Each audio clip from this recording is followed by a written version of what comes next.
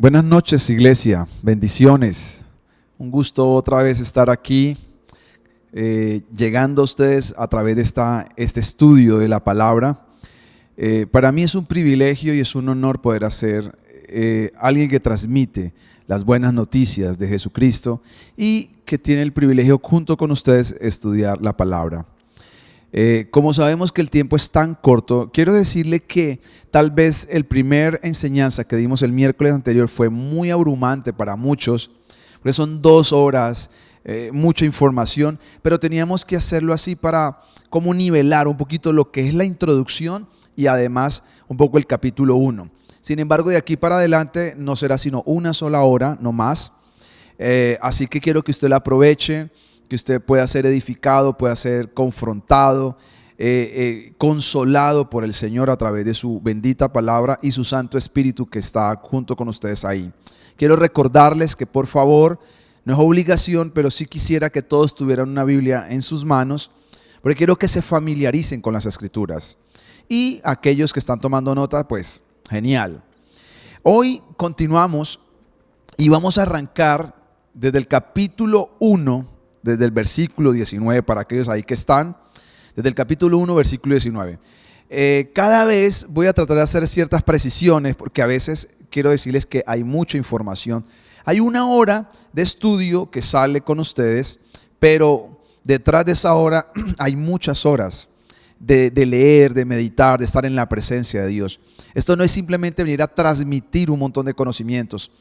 Yo quiero que el Espíritu Santo le ponga el toque a este estudio y que usted pueda recibirlo al Espíritu, así como yo estoy tratando de recibir de parte de Dios esa misma esencia. Tengo que hacer una precisión y hace 8 días, después que terminó todo, caí en la cuenta que dije que primero se escribieron las cartas de Juan y después el libro de Juan. Y quiero hacer una corrección porque primero se escribe el libro de Juan, año 85 después de Cristo, después las cartas más o menos año 89, año 90, y este libro Apocalipsis entre el año 90, 91, 94, no sé, algo así. Entonces quería hacer esa precisión y cada vez que de pronto después, porque son tanta la información que estamos ahí y a veces por hablar rápido uno dice cosas que dice, uy, aquí cometí una imprecisión, quiero corregirla para que eso no va a caer en el aire. Así que vamos a empezar. Quiero que hagamos una oración ahí en su casa, le entregamos este tiempo al Señor y que Dios nos pueda hablar. Padre, te damos gracias en el nombre de Jesús por este tiempo que nos regalas hoy de poder seguir estudiando este maravilloso libro, Señor. Tenemos una promesa tuya. Somos personas felices, somos bienaventurados, Señor, aquellos que oímos, que leemos y que practicamos este libro, Señor. Gracias por este tiempo. Por favor, Espíritu Santo, acompáñanos a ir caminando verso a verso, a entender tu palabra, Señor, a meditarla, Señor, a digerirla, Señor, Padre Celestial, porque sé que tu palabra tiene vida para todos nosotros. En el nombre de Jesús dejo este tiempo. Ayúdame a transmitir lo que tengo que transmitir, Señor. Tú sabes todo el conocimiento que hay, pero yo quiero ser sensible a tu dirección. En el nombre de Jesús, amén. Y amén. Vamos a arrancar desde el versículo 19 y vamos a mirar hoy vamos a entrar ya a las 7 iglesias, pero hoy vamos a empezar con una de ellas. Así que dice el versículo 19, escribe las cosas que has visto, las cosas que son y las cosas que han de ser después de estas. Le dije hace 8 días que este versículo es muy clave porque este versículo parte la división de este libro en 3. Tal vez alguien lo tiene ya presente, otros no. Y es que él dice, escribe las cosas que has visto. Esto tiene que ver con el capítulo 1, precisamente lo que él está escribiendo acá. Después dice las cosas que son, que es lo que vamos a comenzar a estudiar hoy, que es lo que está pasando con las 7 iglesias de Asia Menor, a las cuales se les va a escribir. Jesucristo les va a enviar un mensaje a cada una de ellas. Y las que han de ser. Muchos creemos que eso empieza desde el capítulo 4 del libro de Apocalipsis. Algunos dicen que hasta el capítulo 19, otros dicen que hasta al final del libro. El caso es que este versículo es clave para entender estas 3 divisiones acerca de este libro.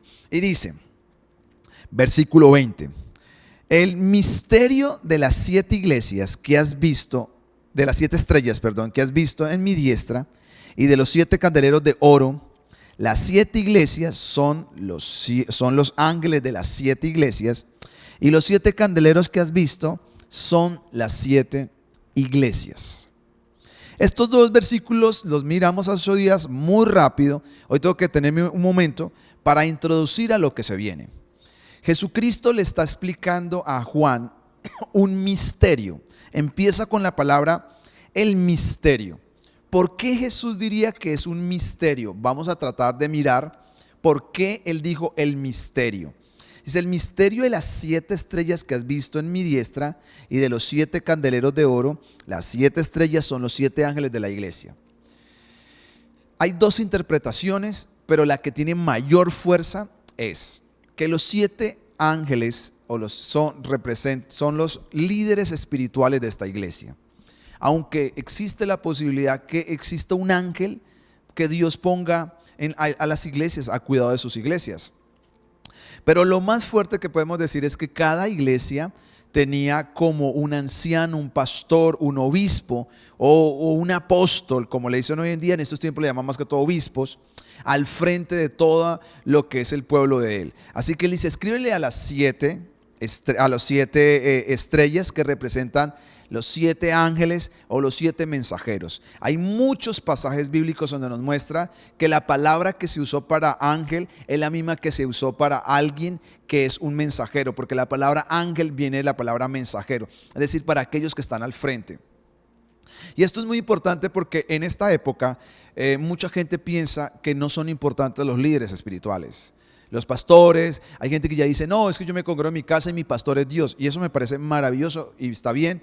Nosotros no somos una iglesia que imponemos la autoridad ni nada de estas cosas, pero sí entiendo que estas personas están equivocadas. ¿Por qué están equivocadas? Porque Dios siempre ha puesto líderes al frente para guiar a su pueblo. Y es una gran responsabilidad. Sé que los líderes muchas veces nos hemos equivocado, hemos fallado, pero eso no quiere decir que Dios no confíe en sus líderes y en sus autoridades espirituales, que Él ha puesto, Él las puso, y ya se va a dar cuenta de algunas cosas adicionales. Y después dice: y los 7 candeleros que has visto son las 7 iglesias. Acá empieza hoy nuestro nuevo estudio, y que nos va a tomar un par de semanas, y es que vamos a estudiar estas 7 iglesias. ¿Cómo vamos a estudiar estas 7 iglesias? De 3 maneras. Número 1, vamos a estudiarlo de forma literal e histórico. Es decir, lo que vamos a mirar es que estas 7 iglesias existieron. Vamos a mirar la iglesia de Éfeso, de Esmirna, Tiatira, Sardis, Laodicea, Filadelfia. Vamos a estudiar estas 7 iglesias de manera literal, histórica. Estas iglesias existieron en estos tiempos donde Juan, a través del Espíritu Santo, trae la voz de Jesús a las 7 iglesias. Y es literal. La segunda manera como lo vamos a estudiar es de manera dispensacionalista. Entonces, la manera dispensacionalista es que creemos, y aquí está el misterio, para mí no todos creen en esto, pero yo sí tiendo a creer que estas 7 iglesias representan etapas de la iglesia de Dios en todos los tiempos. Es decir, que estas iglesias una por una representan ciertas temporadas de la iglesia. Por ejemplo, la que vamos a estudiar hoy, Éfeso, yo creo que representa un periodo del año 30 al año 100 después de Cristo. Después viene la iglesia, la que sigue, que es la iglesia de Esmirna, y yo creo que esta representa del año 100 al año 306 después de Cristo, que se llama la iglesia perseguida. Entonces alguien me dice: bueno, ¿y por qué? ¿Dónde sacan todo eso? Lo va a ir entendiendo iglesia por iglesia. Por ejemplo, a la iglesia de Éfeso se le llama la iglesia sin amor, se le conoce. A la iglesia de Esmirna, la iglesia perseguida. Porque el peor, dice que la persona que más persiguió la iglesia cristiana, que más la afligió, yo le he hablado de algunos emperadores, de algunos césares, y a Juan, a Pablo, a ellos les tocó Nerón, les tocó Vespasiano, y a Juan le tocó Domiciano. Pero dicen que el peor de peores fue Diocleciano. Y Diocleciano es como del año 160 y pico después de Cristo. Y este hombre persiguió a la iglesia como pocos. Y por eso esta iglesia se llama la iglesia perseguida. Después viene otro. Y así va por los periodos hasta llegar a las últimas 2 iglesias, que es la iglesia de Filadelfia, que es más o menos del año 1500 para allá, hasta el final de los tiempos, y la iglesia de Laodicea, que es del año 1900 hasta el final de los tiempos. Entonces ya esto lo ven entendiendo poco a poco, tranquilo, no se preocupe, tal vez diga: esto me deja enredado, pero eso es una posición mía, con muchos otros más, obviamente. Otros no lo ven así, pero yo creo que hay una interpretación literal, histórica como es, y así tenemos que interpretarla. Pero la segunda manera es dispensacionalista y la tercera es de manera aplicativa al día de hoy. Es decir, cómo eso se aplica a nuestras vidas hoy. De estas tres maneras vamos a entrar al estudio de estas 7 iglesias. Hoy vamos a tomar la iglesia de Éfeso. Espero que usted pueda disfrutar con esto. ¿Por qué Jesús le diría a Juan que esto es un misterio? ¿Por qué es un misterio?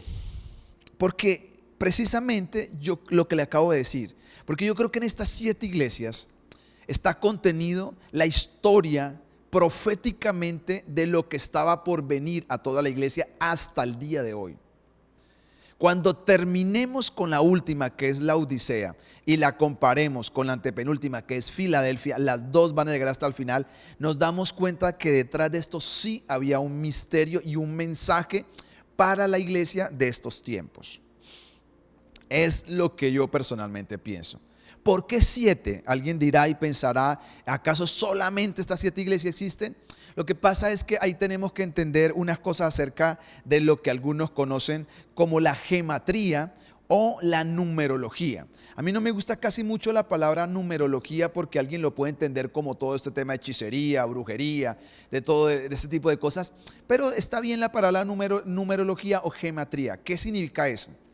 Que tanto el alfabeto hebreo como el alfabeto griego no tenían numeración como tal. Entonces, ¿qué es lo que se hace? Es que las palabras representan un número. Por decir así, usted conoce la V, como 5, o la X como 10, 2X como 20. Eso es los números romanos que usted conoce en su casa y que aprendió de niño. Pero esos números romanos, los romanos lo aprendieron de los griegos, de una cosa que se llama el griego koiné.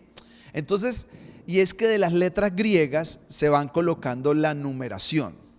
Entonces, los judíos, cada letra va teniendo en el alfabeto hebreo. Entonces, por decir, el 1 representa unidad, el 2 representa testimonio, el 3 representa la Trinidad, el 5 representa la gracia de Dios, el 6 representa el número del hombre. Por eso usted va a encontrar, y vamos a encontrar el número de Apocalipsis. Cuando estudiemos Apocalipsis, vamos a encontrar que dice que el número de la bestia era 666. ¿Qué significa eso? 6, el número del hombre, multiplicado por 3, que es una trinidad, es decir, el hombre elevado a un estatus de Dios. Quiere decir que la marca de la bestia va a ser eso. Ya lo vamos a estudiar más adelante. Yo sé que algunos quisieran llegar ya y saber todo eso, pero es importante eso.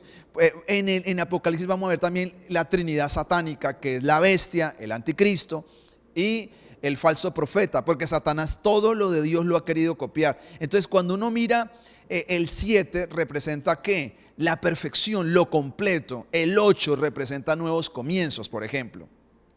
Entonces, a través de los números es que uno comienza a entender varias cosas. Entonces, cuando acá dice 7, no es porque sean solamente el mensaje para 7 iglesias, sino es un mensaje que nos habla de lo completo, habla de 7 estrellas. ¿Acaso hay solo 7 líderes espirituales y los demás están por fuera? No, es que estos 7 representan lo total, lo completo. Es importante entender un poquito la gematría acerca de la simbología, si lo queremos usar de una manera más sencilla, la simbología de los números en la Biblia, porque todo el libro de Apocalipsis está lleno de símbolos a través de los números. 144,000, vamos a ver más adelante acerca de que son 7 trompetas, 7 copas de la ira, 7 sellos, 7 bienaventuranzas. Entonces, cuando uno mira todo esto, detrás de esto está hablando de lo completo. Entonces dice acá que el misterio que son 7 es que encierran todo, para mí, un mensaje para la iglesia de Dios de esos tiempos, pero también el de todas las eras. Es una posición que yo tengo personal.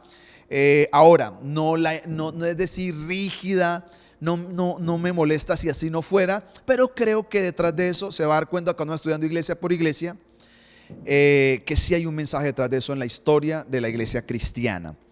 Entonces, vamos a entrar entonces a la iglesia de Éfeso y vamos a mirar. Vamos a leer estos versículos. Ahí en su casa, por favor, tome su Biblia. Vamos a capítulo 2 y vamos a revisar este tema. Escribe al ángel de la iglesia en Éfeso: el que tiene las 7 estrellas en su diestra, el que anda en medio de los 7 candeleros de oro, dice esto: yo conozco tus obras y tu arduo trabajo y paciencia, y que no puedes soportar a los malos, y has probado a los que dicen ser apóstoles y no lo son, y los has hallado mentirosos. Y has sufrido y has tenido paciencia y has trabajado arduamente por amor de mi nombre y no has desmayado. Pero tengo contra ti que has dejado tu primer amor. Recuerda, por tanto, de dónde has caído y arrepiéntete y haz las primeras obras, pues si no, vendré pronto a ti y quitaré el candelero de su lugar si no te hubieras arrepentido. Pero tienes esto, que aborreces la obra de los nicolaítas, las cuales yo también aborrezco. El que tiene oídos, oiga lo que el Espíritu dice a las iglesias. Al que venciere, le daré a comer del árbol de la vida, el cual está en medio del paraíso. Si tomamos de nuevo otra vez el verso 20, donde dice que las 7 iglesias, dice que los 7 candeleros son las 7 iglesias. Miremos una cosa, como empieza esto. Dice así: escribe el ángel de la iglesia a Éfeso. Es decir, escríbele al ángel. Ya sabemos que el ángel no es un ser solamente angelical, que yo creo que no está hablando literalmente de esto, aunque creo que una iglesia puede tener, que Dios puede colocar ángeles asignados para una iglesia, para el cuidado de una iglesia. Creo que tiene que ver con la autoridad espiritual de este lugar. Entonces vamos a mirar un poquito así muy rápido la parte literal e histórica. Éfeso fue un lugar muy clave, pero muy clave en el evangelio.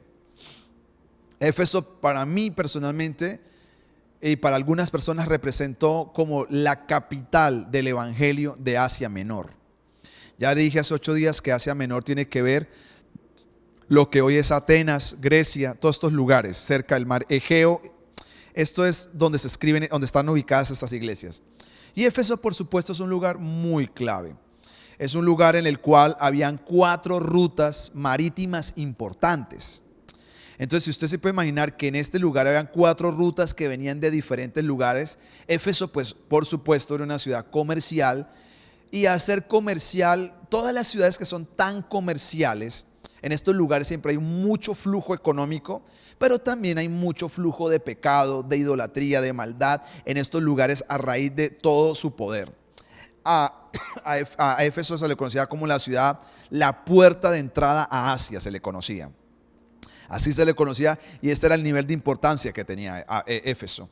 Además, tenía una de las 7 maravillas del mundo antiguo, que era el templo de la diosa Diana para los romanos y Artemisa para los griegos.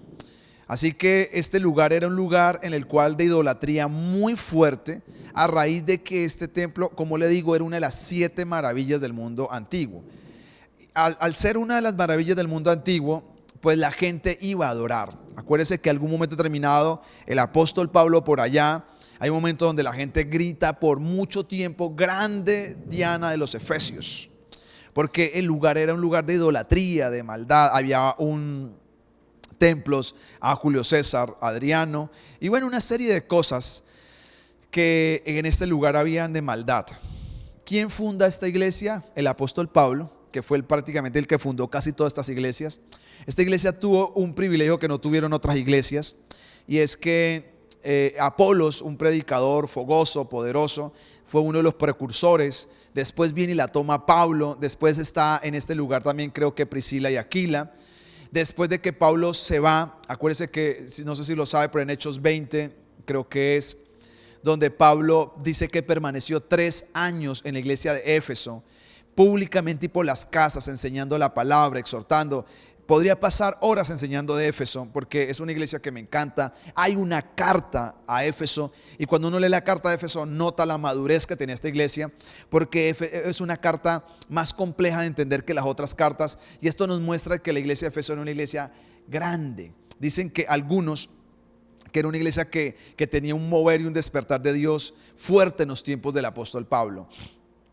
Después que Pablo parte, él dice, deja de sucesor a Timoteo, Y después esta iglesia nada menos y nada más la toma el apóstol Juan, perdón. Es más, algunos dicen que Juan muere en Pasmos, otros dicen que no muere en Pasmos. Eso no lo tenemos muy claro, y que vuelve otra vez a Éfeso.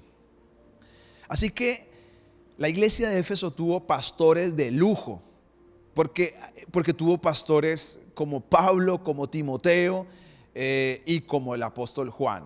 Así que esta iglesia gozó de unos privilegios muy importantes, experimentó un avivamiento fuerte, pero al parecer esa primera generación muere y sigue una nueva generación. Y de esa nueva generación es la que se le está escribiendo. Juan está en la cárcel. No sabemos muy bien qué ha pasado exactamente con Timoteo, pero la iglesia ya está a cargo de otras personas. Y aquí comienza la historia, porque comienza a decirnos: el que tiene las 7 estrellas en su diestra. ¿Cuáles son las 7 estrellas? ¿Qué representan las estrellas? Los líderes. Dice acá Jesús, está hablando Jesús, que Él tiene en su mano derecha las 7 líderes, en sus manos están. Entonces, esto es un mensaje para todos aquellos que tenemos liderazgo, nosotros los pastores, que tenemos la responsabilidad. Es decir, en una iglesia no se puede colocar liderazgo por conveniencia, por familiaridad, porque aportan más. Se debe colocar gente que tiene llamado, porque aunque nosotros como seres humanos y la iglesia de Dios ha sido un poco afectada, porque el ser humano se ha querido tomar el derecho de a quién pone y a quién quita. Acá le están recordando a la iglesia de Éfeso algo, y ese recordatorio, si comenzamos a interpretar, ya también tiene que ver para nosotros. Jesús dice: el que tiene las 7 estrellas en su mano. Lo que nos está diciendo Jesús acá es: yo sigo al mando de la iglesia. Y para mí, que soy pastor, me lo tengo que recordar: el que manda, el que dirige y la cabeza de su iglesia es Jesús. Y ese es el mensaje que le está diciendo a ellos. Dice: el que anda en medio de los 7 candeleros de oro. ¿Cuáles son los 7 candeleros? Las 7 iglesias. Cuando usted mira el candelero, son, si yo tuviera que lo pudiera dibujar, algunos lo saben, otros no lo saben, son 3 bracitos, 3 brazos en el lado derecho, 3 brazos en la mano izquierda, y en el centro 1. ¿Qué es lo que nos está diciendo ahí? Que Jesucristo está en el centro de la iglesia y cada candelero representa una iglesia. Pero además de eso, tiene otro misterio que ahora no me voy a meter profundamente, si no le pego una enredada fuerte. Yo creo que los 7 brazos representan las 7 fiestas judías, porque las 7 fiestas judías todas se cumplen en Jesucristo. Entonces, ya se ha cumplido la fiesta de la Pascua, ya se ha cumplido la fiesta el pan sin levadura, ya se ha cumplido la fiesta de las primicias. Pascua, el día que Jesús muere; primicias, el día que Jesús resucita. Después viene la fiesta del Pentecostés, que es la de la mitad, y faltan 3 fiestas más: la de las trompetas, la de la expiación y la de los tabernáculos. Entonces, rápidamente lo que quiero decir es: Jesús está en la historia de la iglesia. Jesús anda y camina en medio de su iglesia, en las dispensaciones de los tiempos. Le dije que hay 7 dispensaciones. Nosotros estamos en la dispensación de la gracia. En la dispensación de Jesús, dice en Juan 1:13, dice: con Jesucristo vino la gracia y la verdad. Estamos, la dispensación que sigue o la fiesta que sigue por cumplirse se llama la de las trompetas. La fiesta de las trompetas, cuando la iglesia sea arrebatada. Después sigue la fiesta de la expiación, y la última es la de los tabernáculos, cuando Jesús venga por segunda vez a la tierra. Faltan nomás 3 fiestas por cumplirse. Estamos acercándonos a la de las trompetas. Estamos por llegar ahí. Es más, le digo algo más para que usted ahí más adelante, si nos da el tiempo, lo vamos a tocar en algún momento. Jesús nace en una fiesta de tabernáculos. Por eso es que podemos determinar que Jesús nació en septiembre o en octubre. Lo más probable es septiembre. Casi que podríamos determinar el día que nace. ¿Por qué? Por las fiestas y por la gematría, por los números. Algún día nos vamos a meter en este viaje y para que usted pueda entender que Jesús no nació en Navidad. En Navidad posiblemente María queda embarazada por el Espíritu Santo, si podemos usar la palabra embarazada. Pero entonces, para volvernos acá, dice Jesús, el que anda en medio de los 7 candeleros. Las estrellas las tiene en su mano, es decir, yo gobierno sobre mi iglesia, yo estoy a la cabeza de la iglesia, pero yo camino en toda la historia de mi iglesia. En él se van a cumplir todas las 7 fiestas. Los 7 candeleros representan la luz. La luz. Entonces, a través de cada uno hay luz para nuestras vidas, es lo que está diciendo acá esto. Entonces dice, yo, Jesús, conozco tus obras. Como tengo muy poco tiempo y la idea es desmenuzarlo, acá empieza Jesús diciéndole a la iglesia de Éfeso, yo conozco tus obras. ¿Qué es lo que ha pasado? Volvemos otra a la iglesia histórica. Esta iglesia representa a la iglesia más o menos del año 30 al año 100 después de Cristo. Como le decía ahora, la iglesia era fuerte, se había edificado. En esta iglesia Pablo dice la Biblia que por mano de Pablo se hacían milagros extraordinarios. Si un milagro es algo ya sobrenatural, dice que en ese tiempo se hacían extraordinarios. Es decir, la dimensión no me la alcanzo a imaginar. No solamente eran milagros, sino eran extraordinarios. Es ahí donde decían que cuando Pablo predicaba, él se secaba el sudor, porque dicen que hacía un calor infernal y era tanto, un día leía que hacía tanto calor en este lugar de Éfeso que la gente salía de trabajar a las 11 de la mañana y regresaba como a las 3 de la tarde porque era insoportable.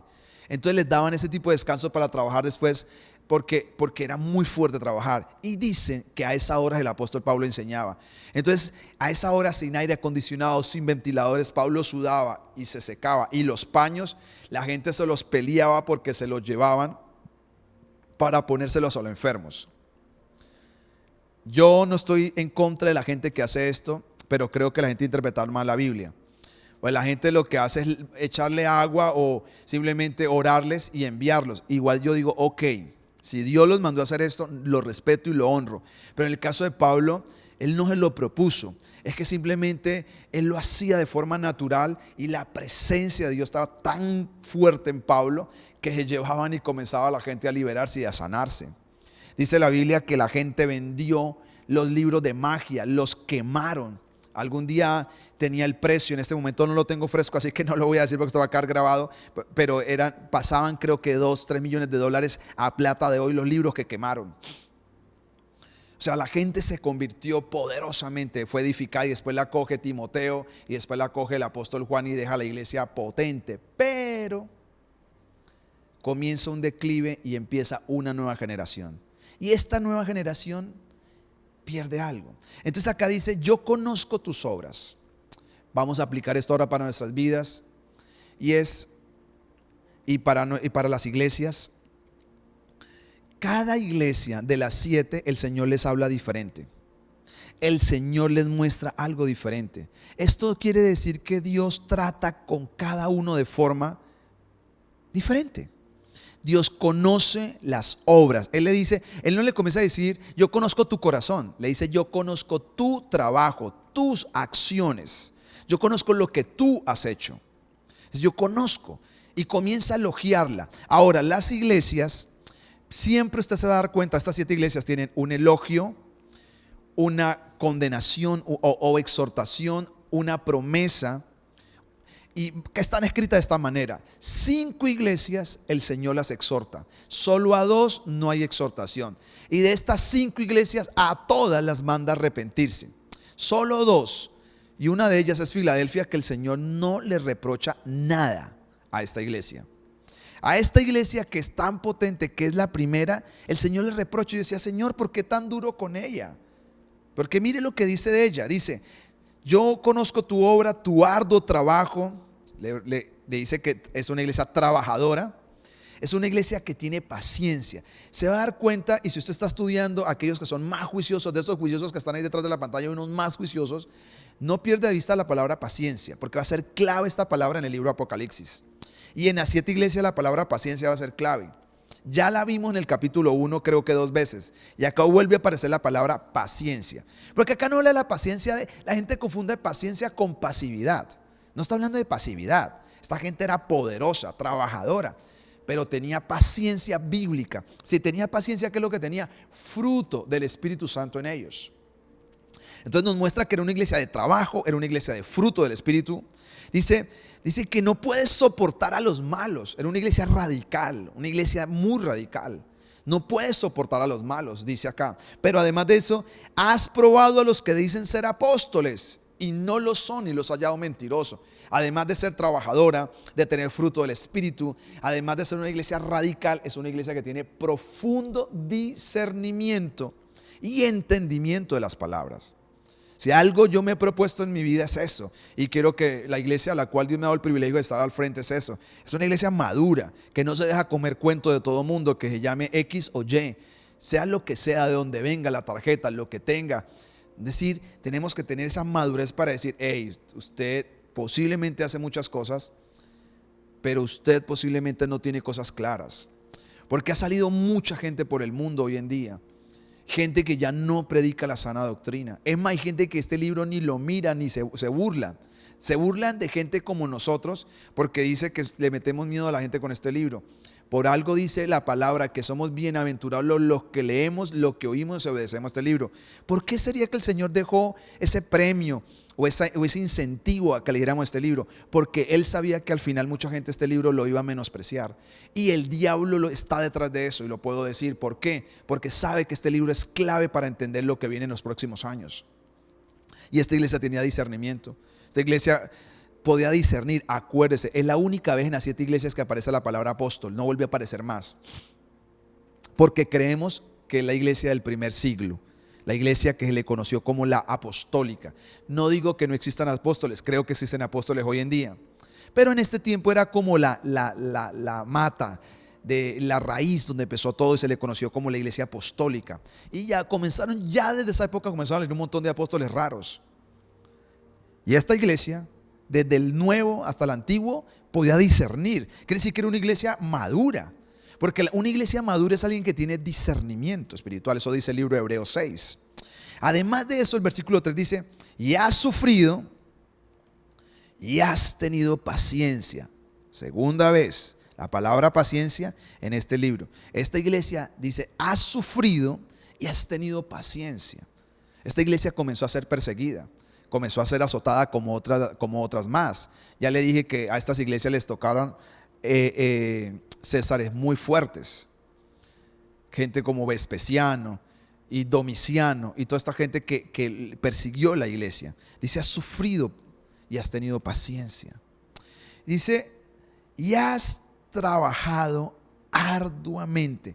Vuelve y otra vez y le resalta que es una iglesia trabajadora, es una iglesia que trabaja. Dice, has trabajado arduamente por amor de mi nombre y no has desmayado. O sea, hasta aquí uno dice, perfecta la iglesia. Un pastor se sentiría súper orgulloso de decir, mire la iglesia que pude construir. Porque el orgullo, yo creo que, si puedo usar la palabra orgullo, que debemos de tener los líderes no es tener simplemente edificios bonitos, lo cual todos queremos. A mí me gusta la excelencia. Pero el orgullo más espiritual no es edificar una iglesia bonita físicamente, sino una iglesia espiritualmente fuerte. Y esta iglesia lo está hablando Jesús. Esto no lo está hablando otro. Esto no es una descripción que está haciendo el mismo pastor de la iglesia. Esto es una descripción que está haciendo Jesús de esta iglesia. Dice, yo conozco tus obras, tú trabajas, amas mi nombre, eres paciente, eres radical, tienes discernimiento. Es una iglesia que tiene estructura. Es una iglesia madura, que camina, que sabe predicar el evangelio, lleva el evangelio. Y todo bonito está ahí. Pero, como siempre, los pero lo cambia todo. El versículo 4 dice, pero tengo contra ti que has dejado tu primer amor. Y es ahí donde yo decía, Señor, pero ¿por qué le andas tan duro a una iglesia como esta? Pensaba yo por primera dentro de mi corazón, si tiene tanto, ama. Entonces dice, ¿cómo una iglesia que ama dejó su primer amor? ¿Qué es lo que logramos entender y qué fue lo que le pasó históricamente a esta iglesia? Existen hipótesis, se ha estudiado qué fue lo que le pasó. Y lo que se ha descubierto primero es que la segunda generación ya no tenía la pasión que tenía la primera. Esa pasión que tuvo Pablo, Timoteo, el apóstol Juan, ya esta otra generación no tenía esa pasión. Había heredado los principios, había heredado un montón de cosas, pero había olvidado una cosa muy determinante. Y era que había abandonado su relación con el Señor. Esa relación ferviente y profunda. Porque a veces uno se puede confundir en servir. Una cosa es servir arduamente, con ganas, con pasión, haciéndole. Y otra cosa es tener relación íntima con el Dios de la obra. Y esta iglesia estaba perdiendo ese primer amor. El Señor no le reclama que perdió el amor, sino que perdió el primer amor. Cuando yo pienso en esta iglesia, pienso en Marta, María y Lázaro, los tres hermanos de ahí de las escrituras que vivían en Betania, muy amigos de Jesús, amigos personales. Y yo cuando yo vi un día en Juan 12, me di cuenta que ellos tres representan tres posiciones que debe tener el cristiano. Y no sé si ha leído por allá en Lucas donde Marta regaña a Jesús y le dice, Señor, no tienes cuidado que yo estoy aquí sirviendo, haciendo la comida y mi hermana está allá. Y Jesús le dice, Marta, afanada y turbado estás en muchas cosas, pero quiero decirte que María ha escogido la mejor parte. Y ahí quedó todo. Entonces yo me quedé pensando, él dijo, ella ha escogido la mejor parte. Quiere decir que el evangelio es integral. Marta representa el corazón de gente que sirve apasionadamente. Y María representa aquellas personas que buscan tener una comunión íntima con Dios de manera profunda. Y la idea es tener las dos. Porque Jesús no le dice que María está haciendo lo que tiene que hacer y que servir estaba mal. Está diciendo, tu hermana María ha escogido la mejor parte. Quiere decir que hay otras partes. Y la otra parte es servir. Pero la primera es estar a los pies del Señor todos los días, escuchándole, teniendo relación con Él. Y eso es lo que yo creo que pasó con la iglesia de Éfeso. No era que no sirviera, no era que no amara. No era que no amara a su Señor, pero había perdido ese primer amor, esa esencia de lo básico, de lo principal, de todos los días levantarse, querer buscarlo. Como dice por allá Jesús Adrián Romero en una canción, que Él fuera su universo, que lo primero que va a hacer en la mañana es eso. O hay otra canción donde canta acerca de que Él tenga una cita todos los días con Él. Esto parece que el arduo trabajo, el dedicarse, fue reemplazando al Señor. Y el Señor no es que esta iglesia está perdida. Lo que el Señor es que esta iglesia es tan clave, por eso es la primera que se le escribe, porque yo creo que si es la primera en la lista es porque es la primera también en orden de influencia, de inspiración hacia las demás. Y el Señor le está diciendo, hey, ten cuidado. Y ahí es donde viene el versículo 5. Y dice, recuerda, por tanto, de dónde has caído. La invitación de Jesús a esta iglesia es decirle, yo quiero que tú recuerdes, que te sientes, que pares un momento todo eso que haces. Quiero que te sientes y recuerda de dónde has caído. Parece que si miráramos qué es caer, quiere decir que la iglesia estaba en una posición y cayó a otra posición. Entonces, vamos a seguir ahí. Tengo unos minutos, me quedan unos pocos minutos, pero quiero que usted no pierda esto que es clave. Porque una cosa es bajarse y otra cosa es caer. Entonces lo que Jesús le está diciendo es, en algún momento la iglesia ha caído en algo que no se ha dado cuenta.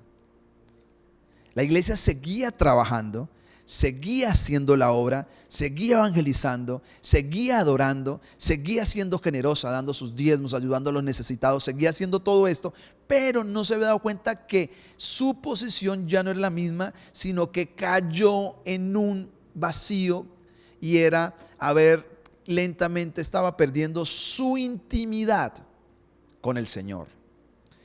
No es raro, no es coincidencial que la primera iglesia abra con esto y la última cierre con esto. La última, que es la Odisea, dice: he aquí estoy a la puerta y llamo. Si alguno me deja entrar, yo entraré a él y cenaré con él y él conmigo. Parece que la iglesia que pierde su primer amor, si se descuida, puede terminar como la iglesia de la Odisea, con Jesús afuera de su vida. Y Jesús golpeando, diciendo: yo quiero entrar, déjame entrar. ¿Qué es una cena? Intimidad. Bueno, eso ya es para otro día, pero para que veamos la secuencia de la enseñanza, que todo está conectado. La primera iglesia de Éfeso ha perdido su lugar, su posición, cayó de una posición en la cual estaba y no se ha dado cuenta.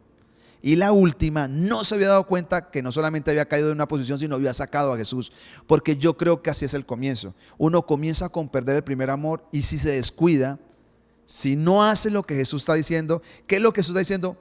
Quiero que recuerdes, quiero que pienses de dónde has caído. Y le dice: y arrepiéntete.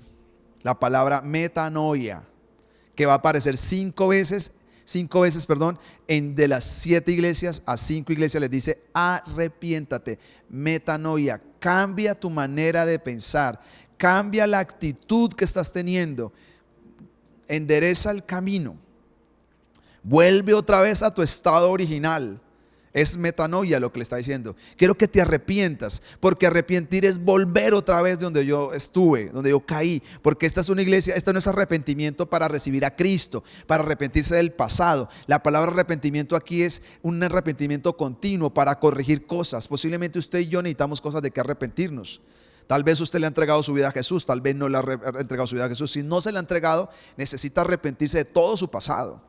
Pero si ya usted se arrepintió de todo su pasado, tenemos que en el presente seguir enderezando cosas, cambiando formas de pensar, actitudes, regresando a lugares que perdimos, posiciones que caímos.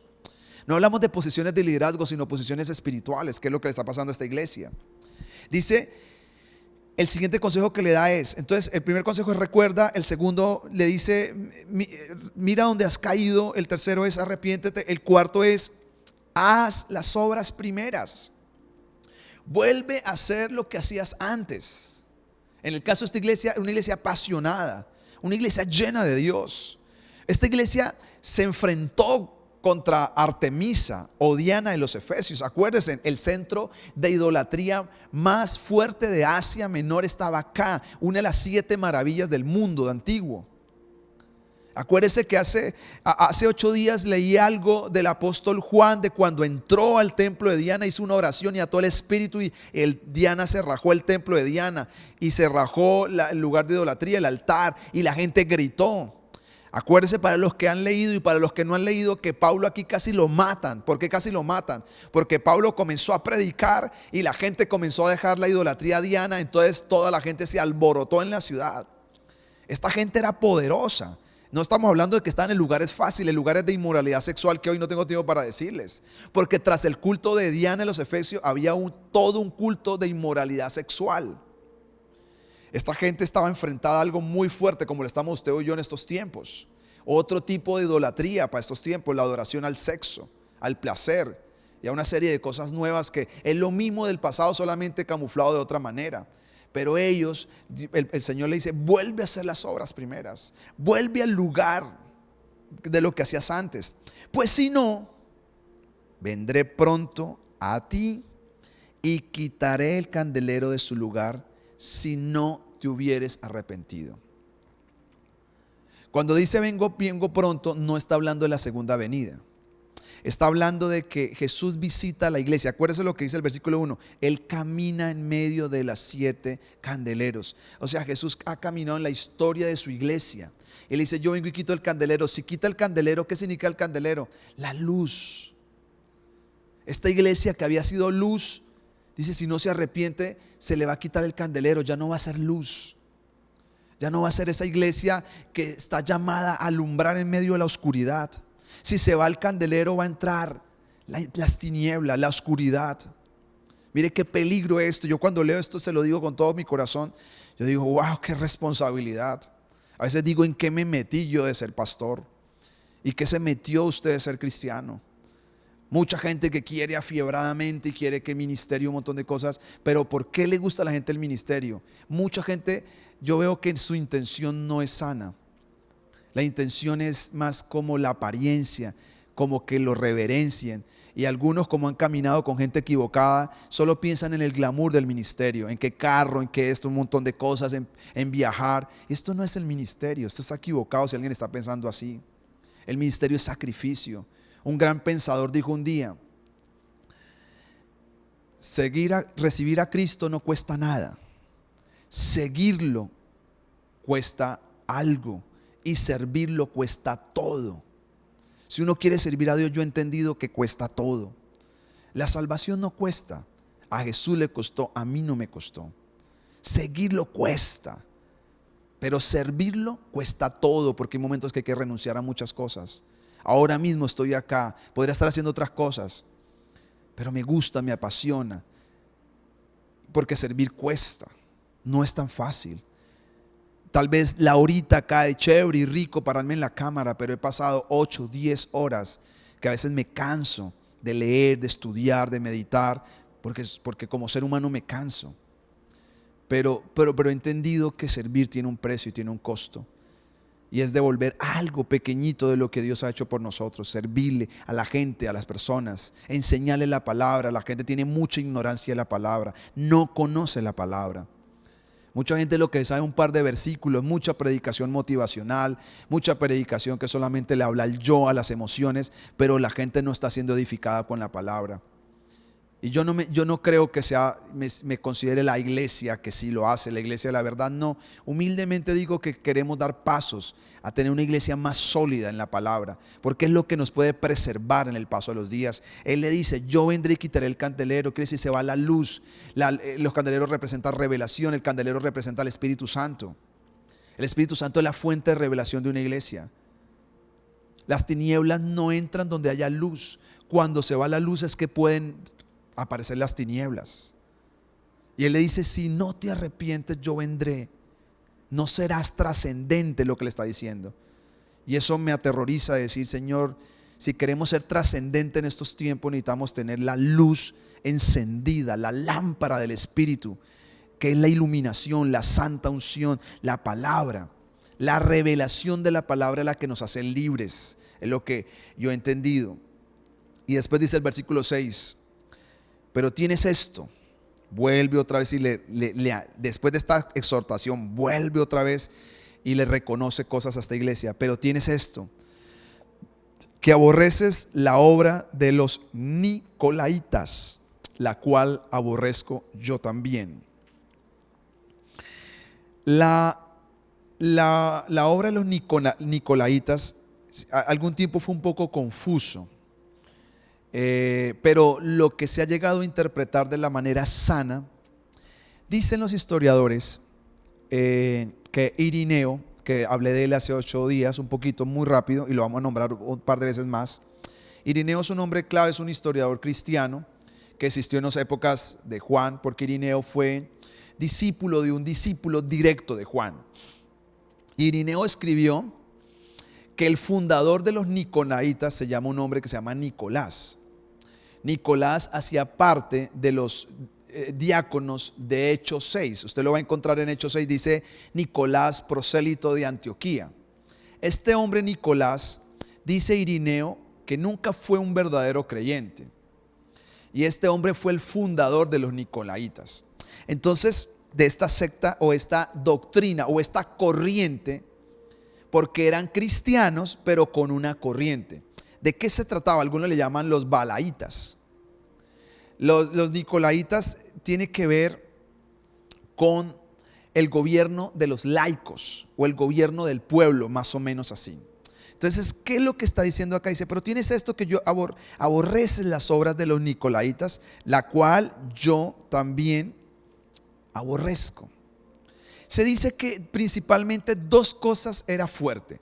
Uno es que los nicolaitas predicaban que lo que se hacía con el cuerpo estaba separado de lo que se hacía con el espíritu. Es decir, que había una separación y que uno con el espíritu tenía que ser santo y adorar a Dios, pero con el cuerpo podía hacer otras cosas. Entonces ellos sin querer metieron la doctrina de Balaam, que lo vamos a ver más adelante también, o sin querer o queriendo, no lo sé, y era de otra manera el sensualismo, el sexo, porque ellos decían que el placer en el cuerpo no era pecado, porque el espíritu no se contaminaba, cuando la Biblia es clara que sí. Entonces ellos metieron esta doctrina y comenzaron a traer inmoralidad sexual, sensualismo en estos tiempos.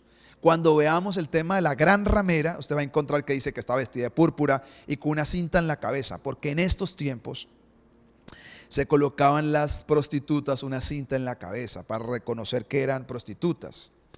Entonces, lo que hacían estas personas es que algunas no eran prostitutas, pero sí practicaban la sensualidad, la seducción. Y estos hombres decían, pues que no era malo, porque estaba separado el espíritu del cuerpo. Y lo otro era el gobierno de los laicos, es decir, cuando el pueblo quiere ejercer el liderazgo sobre la autoridad de la iglesia. Y el gobierno de Dios es teocrático, es decir, Dios es el que elige. Por eso el versículo 1 dice, yo tengo en mi mano derecha a las 7 estrellas, es decir, yo soy el que pongo el liderazgo y no el pueblo, porque en la iglesia no puede haber democracia, hay consejo, que es diferente, tiene que haber consejo. Yo personalmente, aquí en la iglesia no hay una junta de ancianos. Posiblemente algún día la tengamos, no lo sé, lo que le llaman algunos presbiterios. Bíblicamente son los dos términos, está bien, presbiterio, junta, ancianos, para usted recibir consejo. Pero la iglesia no puede votar si echa o no echa al pastor. Por eso no es una decisión de la iglesia. El que tiene que cortar al pastor de raíz, si es que está haciendo las cosas mal, es Dios.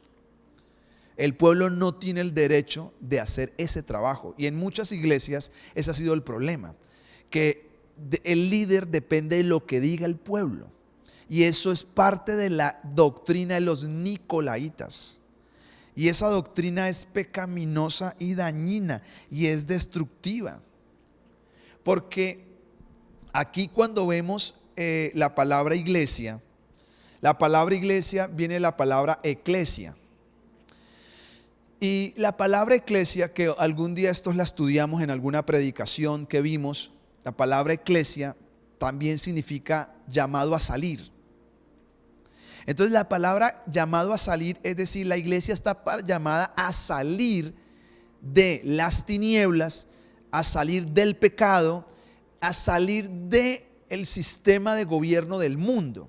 Y en este tiempo estaba de moda el sistema de gobierno democrático, porque se sabe que eso viene de los griegos. Ahora, en los gobiernos democráticos está bien para elegir presidentes, todo ese tipo de cosas. Pero en la iglesia no se puede poner el mismo gobierno para líderes políticos para elegir gobierno para líderes espirituales. No podemos hacer un consenso y preguntar, ustedes votan si la líder o el líder de la alabanza, el líder de niños, votan a ver si están de acuerdo o no están de acuerdo. Porque el que lo tiene que elegir es Dios y Dios lo confirma y algún día el pueblo lo respalda. Porque si el hombre es llamado por Dios, la mujer es llamada por Dios, tarde o temprano va a haber respaldo de Dios. Porque así es el diseño de Dios. Entonces el Señor dice, yo aborrezco esta doctrina. Y hay otras cositas más que cuando veamos otra iglesia vamos a ver acerca de esta doctrina de los nicolaitas. Dice, yo también la aborrezco y no me gusta esta doctrina, dice Jesús.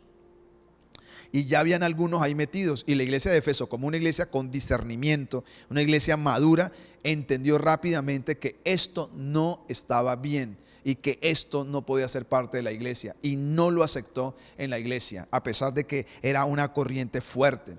Como lo hay hoy en día, una corriente muy fuerte, donde la gracia la han querido volver una desgracia.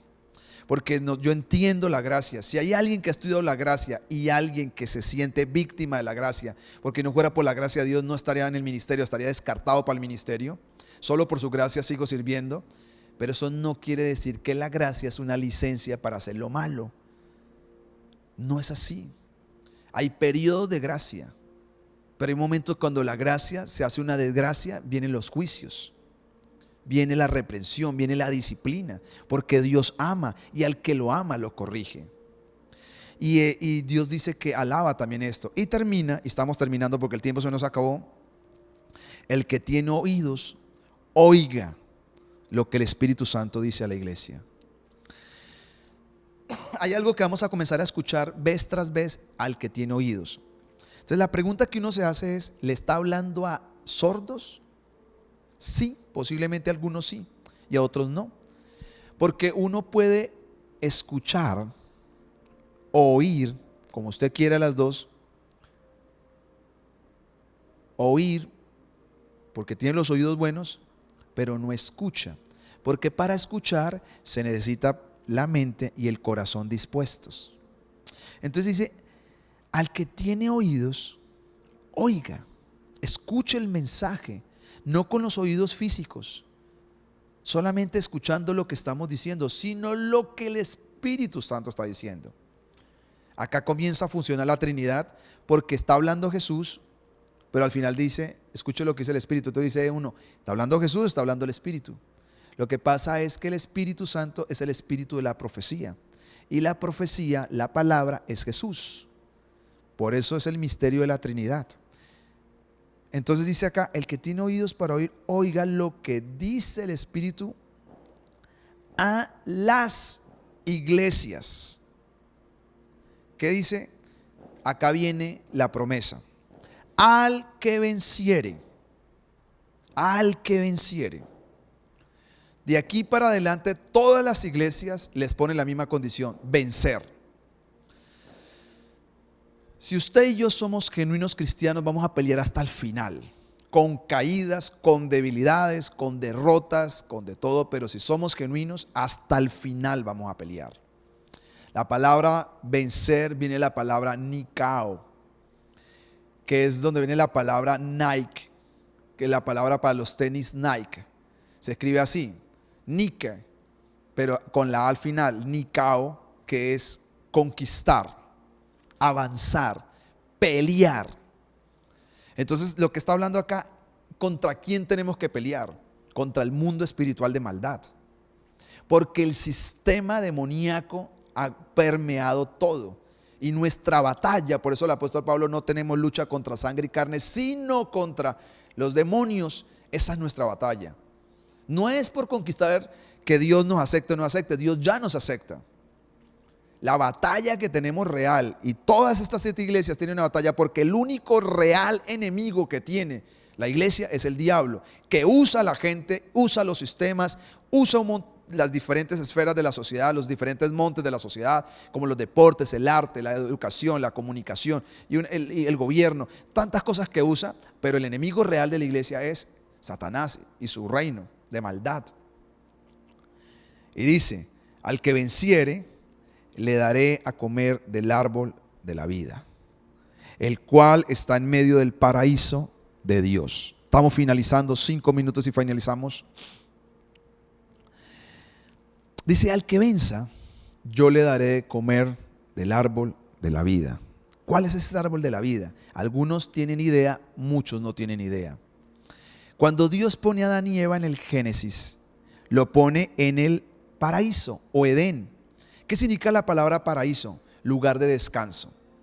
¿Qué es la palabra también Edén? Es el lugar de descanso. Quiere decir que Adán fue puesto en un lugar de descanso maravilloso, poderoso, lindo, precioso. Y puso 3 clases de árboles. Puso árboles de diferentes semillas para alimentar su cuerpo. Puso vegetación para alimentar. Dice que Dios le dio una orden a cada árbol, que cada árbol tenía semilla y cada semilla iba a dar según su especie. Ese árbol era para alimentar su cuerpo. Él puso el árbol de la vida para que si lo comía, Adán sería eterno en la tierra, y Eva, y todas las generaciones. Y puso otro árbol que se llama el árbol de la ciencia del bien y del mal. La pregunta que muchos se han hecho, que han cuestionado a Dios, es ¿por qué Dios puso un árbol ahí, como ese? Y un árbol en el cual Él dio un no sobre ese árbol. Él le dijo, de todos podrá comer, exceptuando de este. Entonces la respuesta es muy sencilla porque el tiempo es corto. No es como algunos han dicho que el Señor puso una prohibición. Lo que el Señor puso fue un mandamiento. Y el mandamiento es: no comerás del árbol de la ciencia del bien y del mal. Era solo un mandamiento. ¿Por qué entonces Dios les puso un solo mandamiento? Porque la única manera de saber si usted obedece o no obedece es teniendo un mandamiento. Quiere decir que Dios quería Él poner la moral sobre la tierra. Él quería dirigir qué era lo bueno para el ser humano. ¿Y cómo puede dirigirlo? A través de un mandamiento. ¿Por qué se llama el árbol de la ciencia del bien y del mal?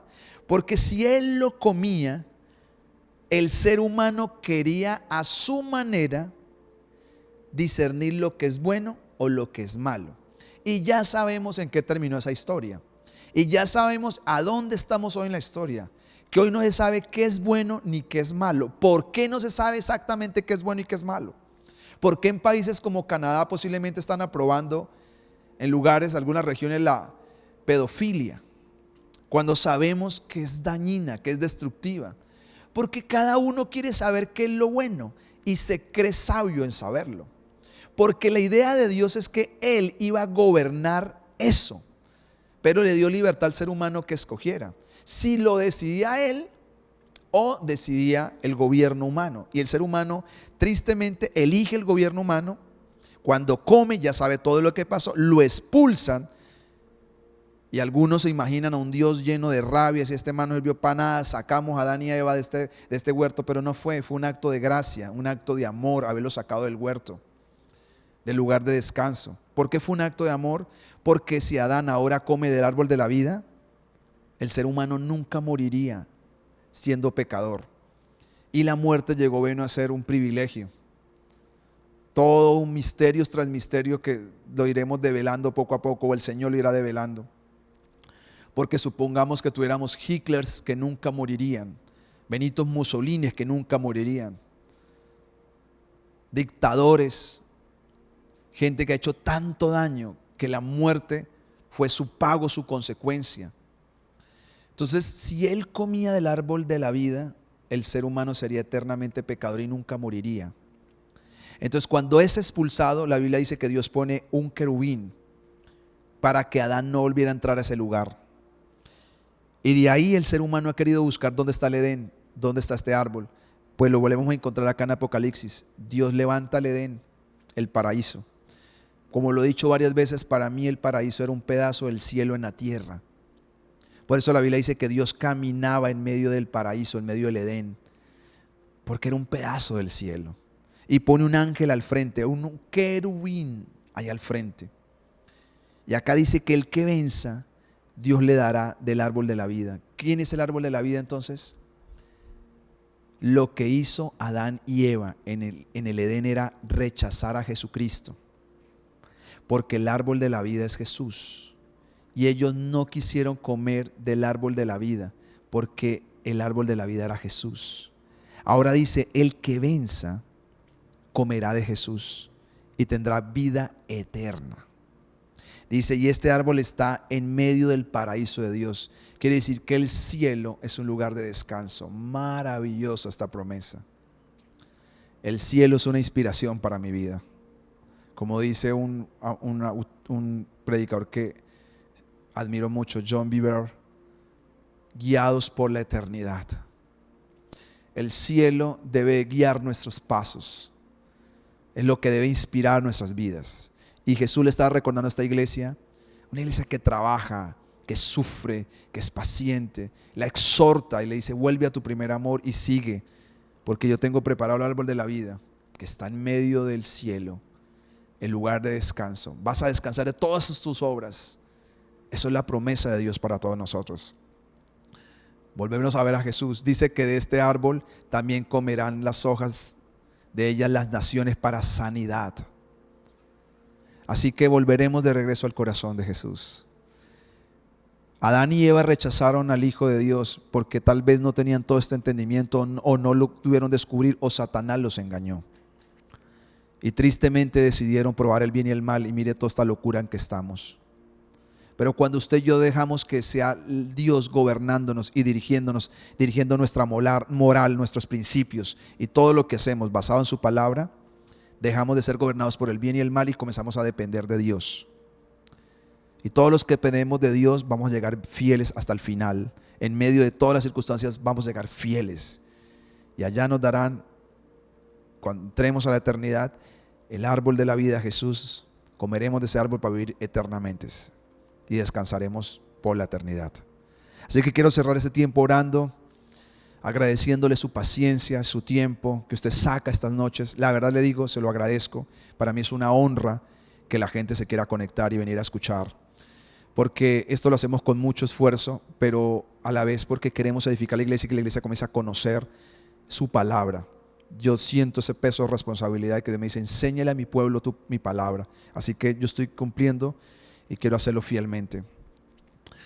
Amado, te doy gracias esta noche. Señor, tú eres el árbol de la vida. Algún día dimos ese paso por Jesús. Y hoy, Señor, sé que algún día estaremos delante de ti, Señor. Ayúdanos a ser fieles, Señor. Tal vez tú nos estás exhortando como exhortaste a la iglesia de Éfeso. Hemos perdido el primer amor. Trabajamos, servimos, hacemos muchas cosas, pero no tenemos relación con Jesús. No tenemos identidad con Jesús.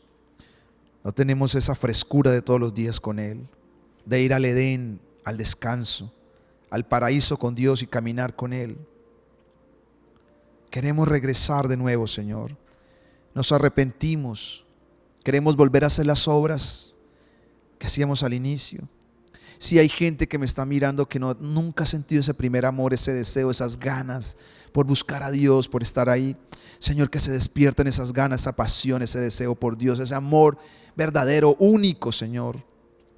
No religión, no fanatismo, amor de verdad, Señor. Ayúdanos a apasionarnos por ti genuinamente, Señor. Amarte, Señor. Quita los velos, quita la pereza, quita la desidia, la apatía, la indiferencia. Señor, en el camino, Dios, yo tengo que reconocer que son tantos años que uno va perdiendo la esencia. Señor, y queremos volver a esa esencia, Señor. Volver de regreso a ti, Señor. Gracias, Señor. Te alabo, te adoro a ti, Señor. Te doy la honra, te doy el honor, Señor, y toda la alabanza para ti, porque toda es tuya, Señor. Que tu palabra produzca lo que debe de producir.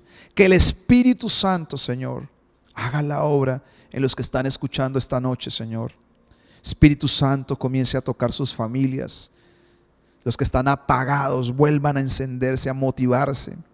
Vuelvan a arrepentirse, a tener una metanoia, Señor, a tener un cambio de mentalidad, un cambio de dirección, a volver de regreso su corazón al árbol de la vida, a Jesús, a renunciar a tener un gobierno humano, Señor, a querer que la vida sea gobernada por los sentidos, siendo el propio Dios de nuestra vida, Señor. Renunciamos a esa clase de idolatría porque queremos que nuestra vida sea gobernada por el Señor, por su palabra, Señor. Queremos caminar en ella con temor y temblor, Señor. Gracias, Dios. Dejamos esta noche en tus manos el descanso. Las personas que van a ver después esta enseñanza en otros días, Señor, en otros países, Señor, que la palabra corre y sea glorificada en sus corazones como las que la han visto esta noche en Cristo Jesús. Amén y amén. Un abrazo para todos, nos vemos entre 8 días. Bendiciones.